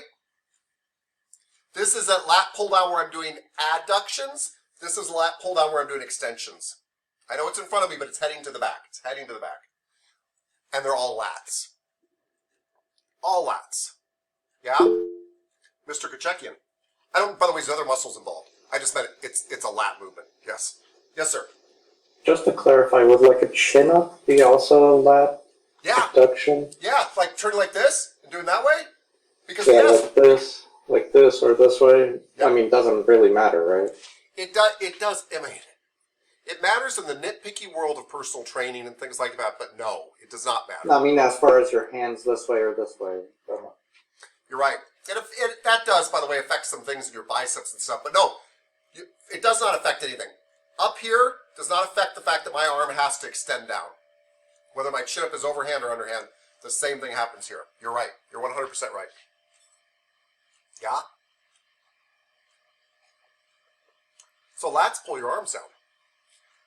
And they're the largest muscle in the upper body. Why is the largest muscle in the upper body my lats? I mean, my arms, I don't need to pull them down most of the time. Miss Smith? Do you have a question? Are the lats, like, do they have different sections of fibers, like the deltoid and Not really. Don't get me wrong, but no, they're all going to the same place. I didn't tape this whole thing off. The lats are massive back here, but they all come down to a focal point and they all insert into the intertrabecular groove in front of your arm. All of them do. They all go to the same place and they essentially all do the same thing. You can get super nitpicky. Don't get me wrong, certain fibers are more activated by extensions than abductions, but they all work all the time. If you want to sculpt that muscle and you're really getting nitpicky, yes, but no, think of it as a single muscle going to the same place. They're all kind of running diagonal back there. Why is latissimus dorsi the largest muscle in the upper body? Did God go crazy that day? Did Mother Nature make a mistake? Is it left over from something else? Do we not care? Because it's trying to protect all your ribs, which are protecting all your organs. I like that idea. I don't think it's right, but I like it. I'd say because it's holding up your upper body, basically. What do you mean it's holding? It's not holding up my upper body right now. What do you mean, sir? It connects to your lower body, upper body. Yeah. I mean, I think you're right. I just don't think you're describing it right. I mean, it's not holding me up at all right now. I'm not using my lats at all right now. Not even a little bit. Is it so you can grab food? Well, but grabbing Is food. it the main? What? Wait. Is it the No, sir. main? Is it the main? Like it's like the main thing of your body, right? Like it's in the center. You use it more. You maybe you might be closer, Mr. Kachekian. Does it help you like sit up and lay down and that kind of thing? Like What? No, not really. What is the hardest thing you guys have ever done with your upper body? A pull-up. Thank you. There is probably nobody in here that, don't get me wrong, there's always somebody who has a specialty, but there's probably nobody in here who can do more pull-ups than they can push-ups. Doing a pull-up is hard. You know how hard squats are? Squats are hard because you're lifting your whole body off the ground. Pull-ups are doing the same thing with your arms. I'm lifting up my 230 pounds with my arms. I need a large muscle to do that. The hardest movement I ever do, I don't do it often, but if I'm climbing up a mountain, up a tree, the hardest thing in the world is to lift my entire body up with it, with my upper body strength. And that's why the lats are your largest muscle in your upper body. You need a massive muscle. In fact, we're going to find out it's not big enough on its own. You're going to need more help than that. But that's for another story, another day. But the lats are massive because the hardest thing you will ever do is pull yourself up, which is pulling my arm down. Dropping my arm doesn't do anything. But if I grab onto something here, this is extremely hard to pull myself up. Yeah. Okay. That's latissimus dorsi. Let's talk about... Yes, Ms. Ramirez, yes. Sorry. So the reason why is it because it's not like really attached to it, you could say? Because it's hard to pull yourself up? Yes, it is hard to pull yourself up. When When I am just coming down from a squat, you could even argue I'm not really lifting my whole body up. My legs are staying on the ground. I'm really just lifting my upper body up. When I do a pull-up, I'm lifting all my weight up off the ground. It is a very hard thing to do. Yeah. So, let's talk about teres minor. Anytime I say latissimus dorsi, teres major. Major. Thank you, Mr. Fenrod. Teres major is actually very small, but it goes from the bottom of your scapula down here. It goes from the bottom of your scapula down here, underneath your armpit, to the lesser crest, the crest of your lesser tubercle. It goes basically the same place the lats do. So, because it comes underneath the armpit at a diagonal angle and all that kind of stuff, when it contracts, can it cause a medial rotation? Everybody nod with me. Yes, it can. Can the latissimus dorsi do it too? Yes, they can.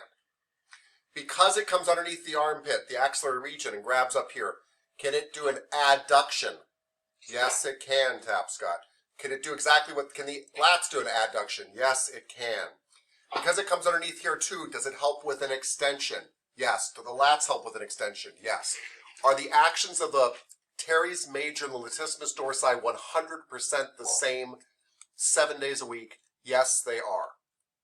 Do they essentially insert in the same place? Pretty darn close, about 1 millimeter apart. Technically speaking, latissimus dorsi goes in this big groove, the intertrabecular groove, because it's got to grab on something really hard. And the teres minor is that far away from it, and I'm not exaggerating. But do they both hook in the front of your arm up by your shoulder? Yes. Are they right about here? Yes. That's it. They both kind of head towards the back thing. Are the lats 5,000 times stronger? Yes. But the fact is, yeah, they work together. It's almost hard for them not to work together. Like they're just going to... In fact, when you do pull-ups, you would think those big, beautiful lats would get sore. But have you ever noticed you get really sore, like really deep up in your axillary region? It's probably your teres major that's like, I'm just a little guy, and I've been trying to keep up with this big guy, and it's exhausted. Oftentimes it's your small muscles that are getting really worked out in the gym, which is why some people pre-exhaust, but that's a whole other discussion. That's your latissimus dorsi and your teres major. So now let's look at it in the book to put all this together. Now we're going to see, the book means to be as kind as possible, but it's hard putting all this stuff into words, right? Because the book doesn't just say, hey, it pulls down the arm, it has to say that in fancy terms. So let's look at that. Hold on 1 second. Getting back to the noise here. Let me just mute somebody. Okay, there we go.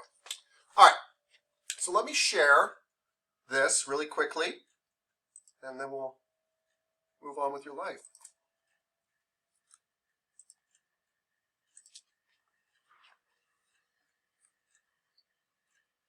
Da, da, da, da, da. So it claims it's sharing right now, but I sure don't see that that's going on at all.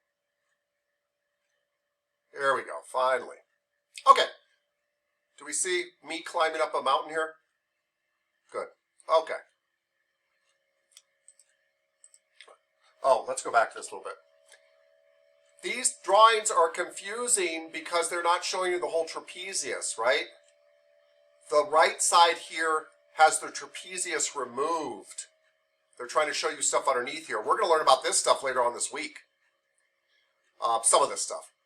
We're talking about the most superficial part, so this is just half the muscle. Here's the trapezius, here's the deltoid. Here's where they lied.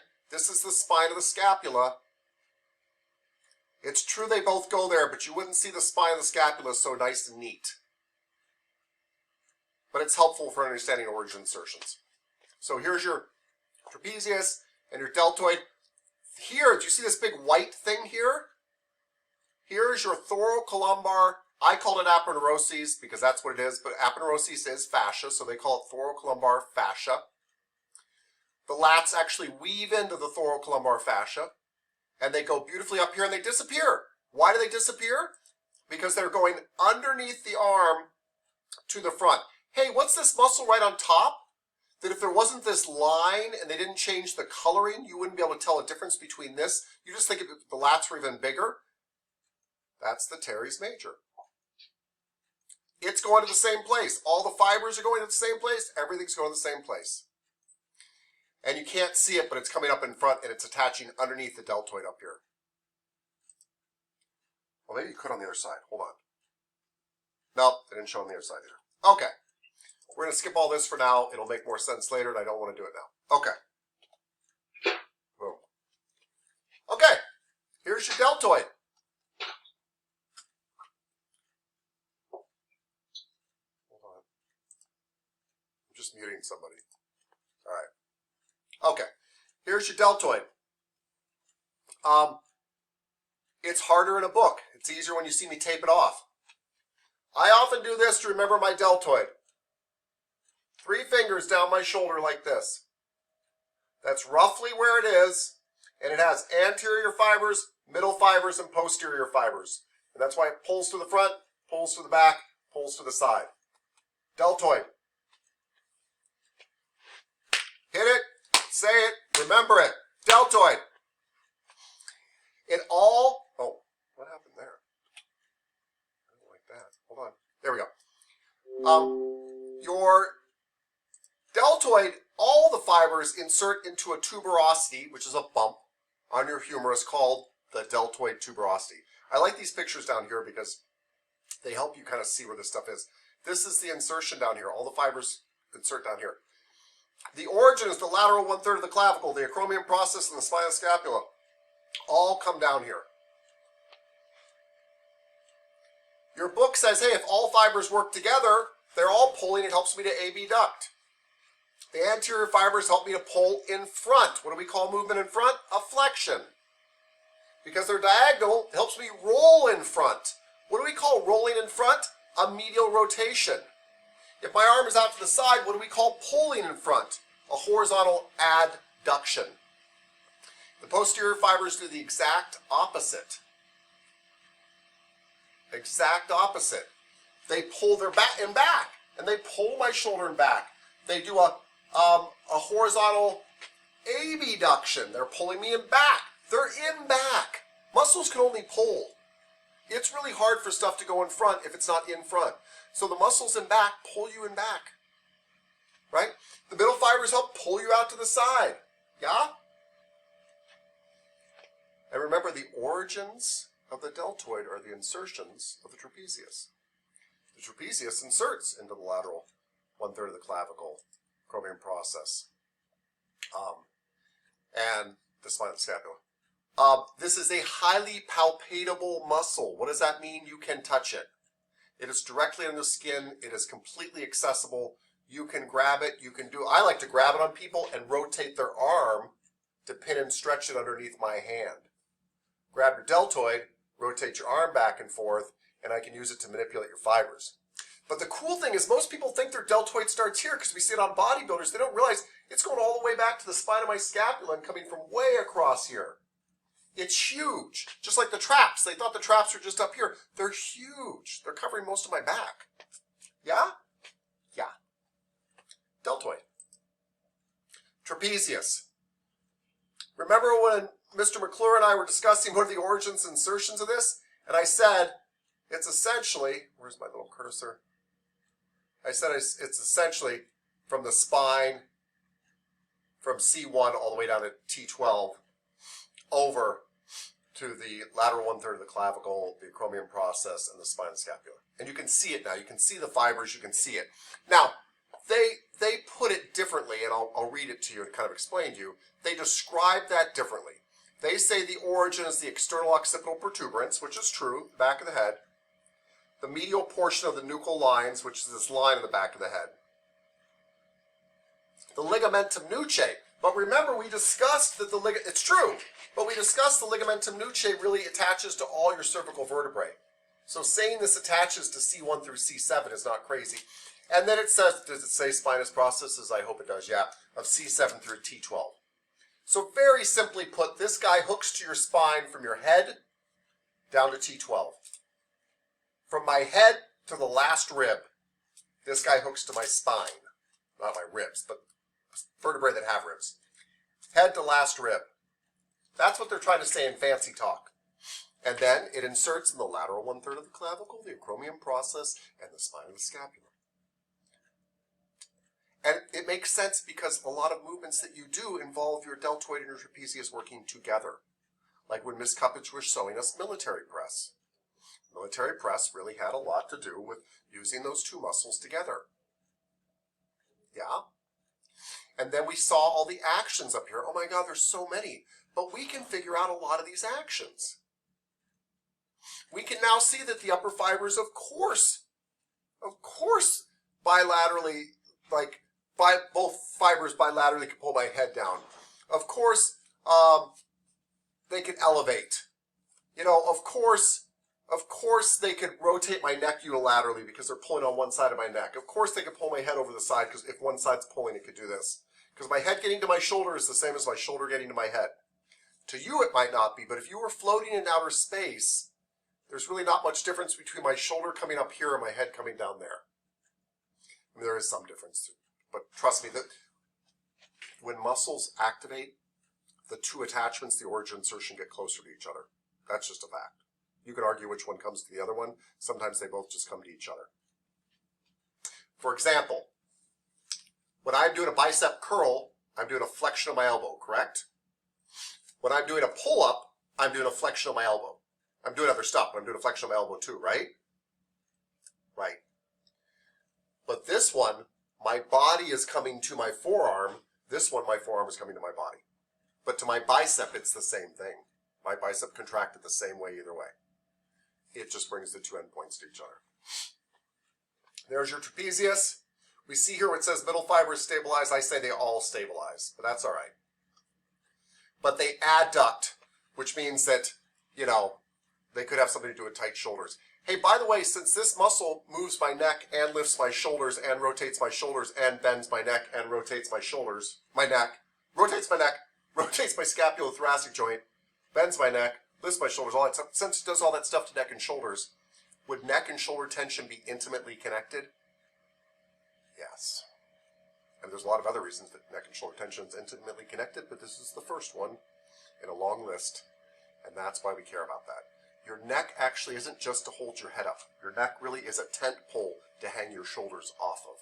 That is more true. It is more true to say my shoulders hang off my head and neck than to say my head sits on top of my neck. It is more true, structurally speaking.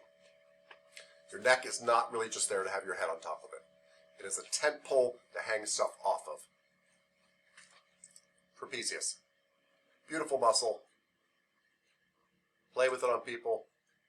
Here's your latissimus dorsi. And I like this picture because in this picture you can see it attaching to the spinous processes essentially, by the way, this is the way I look at it. It attaches to the spinous processes of T7 all the way down to L5, basically. They'll say it goes to the thoracolumbar aponeuroses, and that's tomato. Things get so messy down here, you're more like a woven sweater. So it's very hard to say like where this muscle ends. But the fact is it weaves into the thoracolumbar aponeuroses, which weaves into your lumbar vertebrae. So, and by the way, doctors would not argue with what I'm telling you. This is a fact. It's very hard to exactly talk about it. But the fact is it inserts into your spine starting from about T7 all the way down. That's what it does. Whether it's going through thoracolumbar aponeuroses or whatever. It does slightly attach to the lower angle of the scapula here. That's not a big deal, but it does. But more importantly, it goes underneath the axillary region and inserts into the front of the arm. This is in front. That is important. That is important because if you don't know that it attaches in front, coming from underneath the arm, you'll never figure out that it immediately rotates.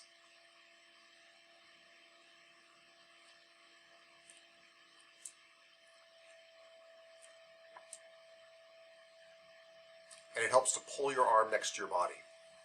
Pulling my arm next to my body from the outside is called an adduction. Pulling it from in front to the back is called an extension. It pulls my arm down and does so beautifully. And it hooks all the way down into my hips, really. The thoracolumbar aponeuroses goes all the way down into my hips. And think how useful that is, by the way, everybody. Have you ever taken a small child and tried to make them fly? They love this. You'll pick them up by their pants and shirt and try to make them fly.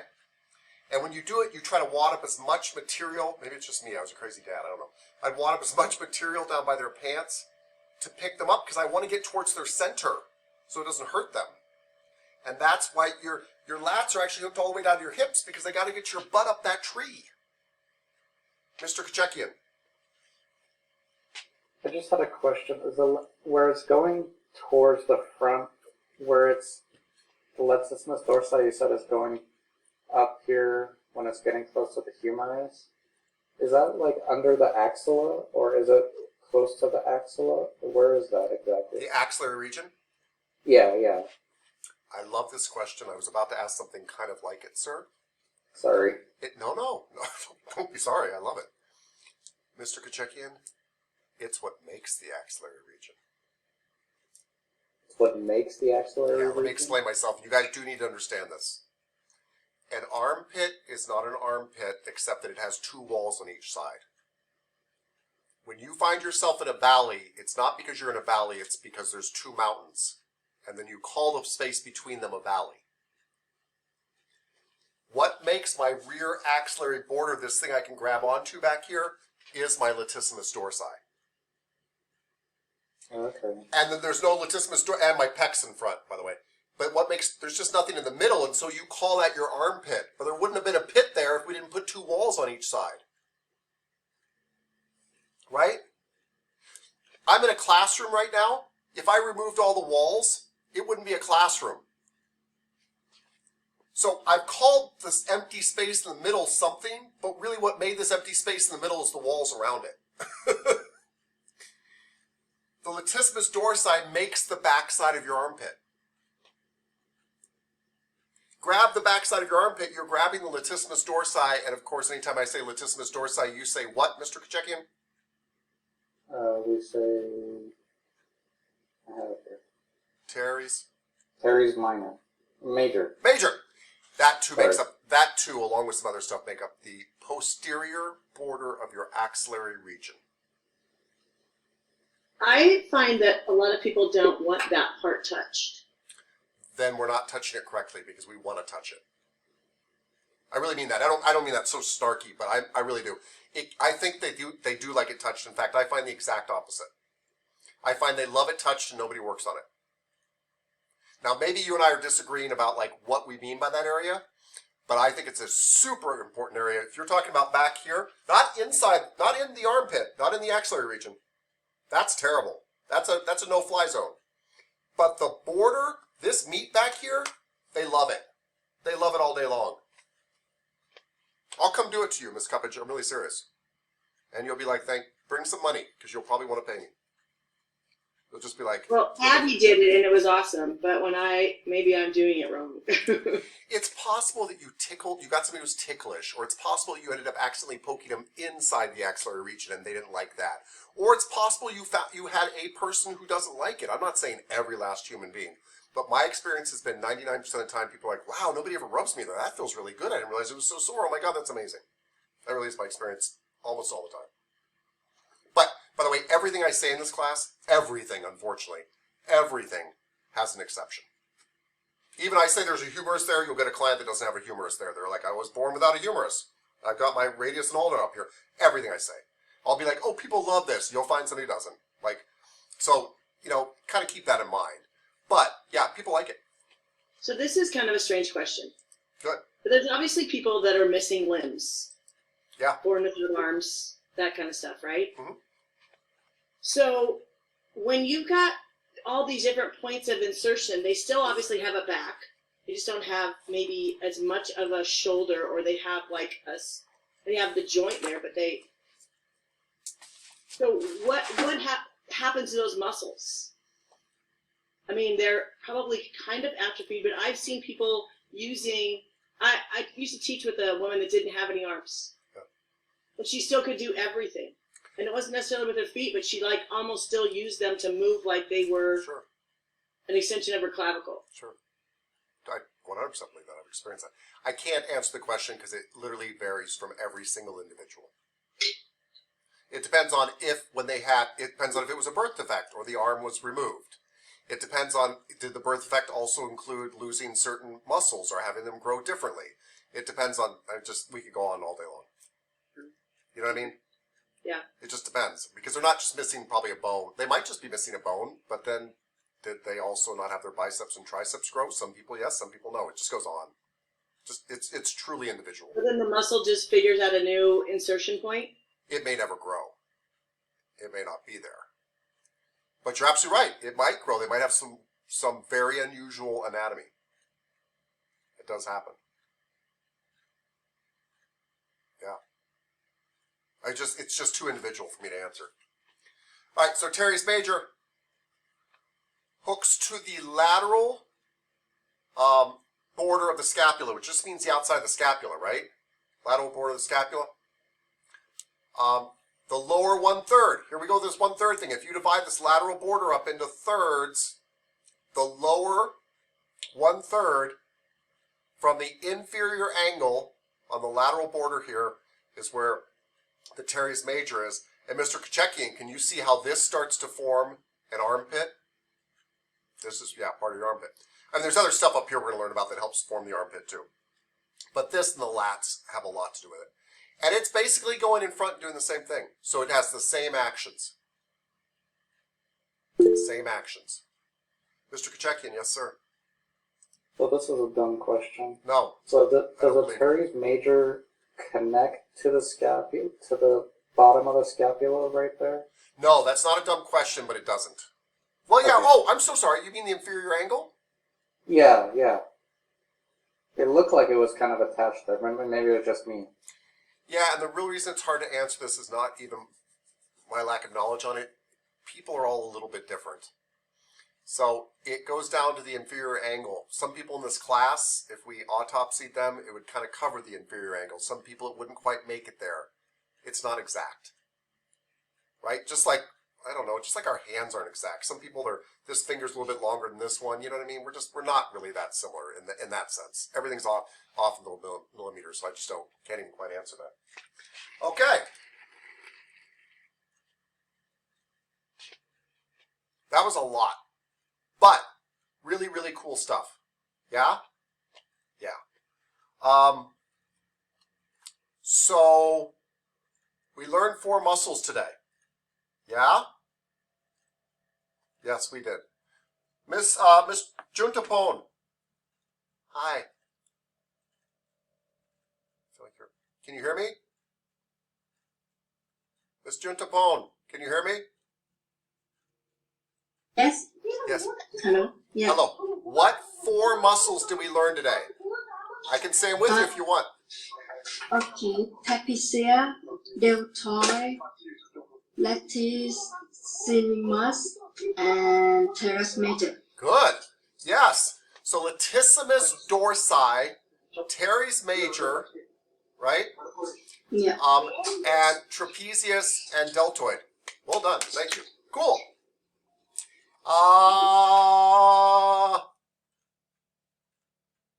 Miss Stewart. Hi. Hi. I say teres major. Latissimus dorsi. Thank you. Miss Tops. I say latissimus dorsi. Teres major. Thank you. Miss Langford. Why do I say latissimus dorsi and teres major together all the time? Because they work together well? Yes. They do the exact 3 same actions, and they probably always do them together whether they want to or not. Yeah. They can't help it. They go together all the time. Thank you. Thank you. Thank you. Cool, cool, cool. All right, everybody. Let's see. Let's make sure we get you do have homework tonight, unfortunately. And let's see what we got here. Bear with me. It takes a second for the computer to wake back up again. All right. Okay. Moving right along.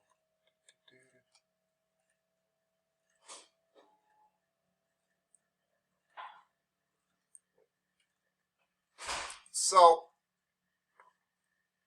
by the way, I don't know why you would want to do this to yourself, but I did tape today's lecture, and